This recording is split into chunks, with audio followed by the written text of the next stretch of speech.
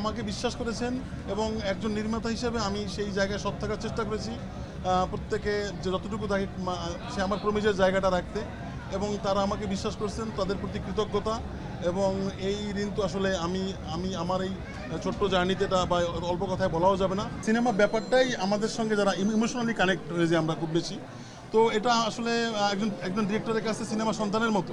তো সেই সিনেমা দেখে সবার রিয়াকশন, সবার যে ভালো লাগা, সবার উচ্ছ্বাস, এবং সেটা সত্যি, এটা আসলে আমি মানে বলে পারবো না বোঝাতে, কিন্তু শুধু একটা জিনিসই বলবো, আপনারা ইনসাফ দেখবেন, এটুকুই বলা। আর অনুভূতি আসলে এটা বলা মুশকিল। আর এখানে প্রত্যেকটা মানুষ আসলে প্রত্যেকের কেরিয়ার জার্নি এত বড়।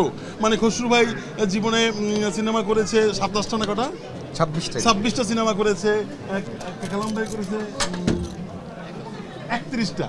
সো আমার দুই প্রডিউসার, একজন 31টা, একজন 27টা সিনেমা করেছে।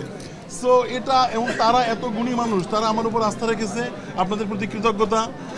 আমি তো আর্টিস্টদের কথা বললাম, আমার all the cast and crew, all technicians, প্রত্যেকে এখানে যারা আছে এবং যাদেরকে আমি আজকে পেয়েছি, ওরা নিজেদের প্রত্যেকে ব্যস্ত, সময় বের করে সিনেমা দেখতে এসেছে,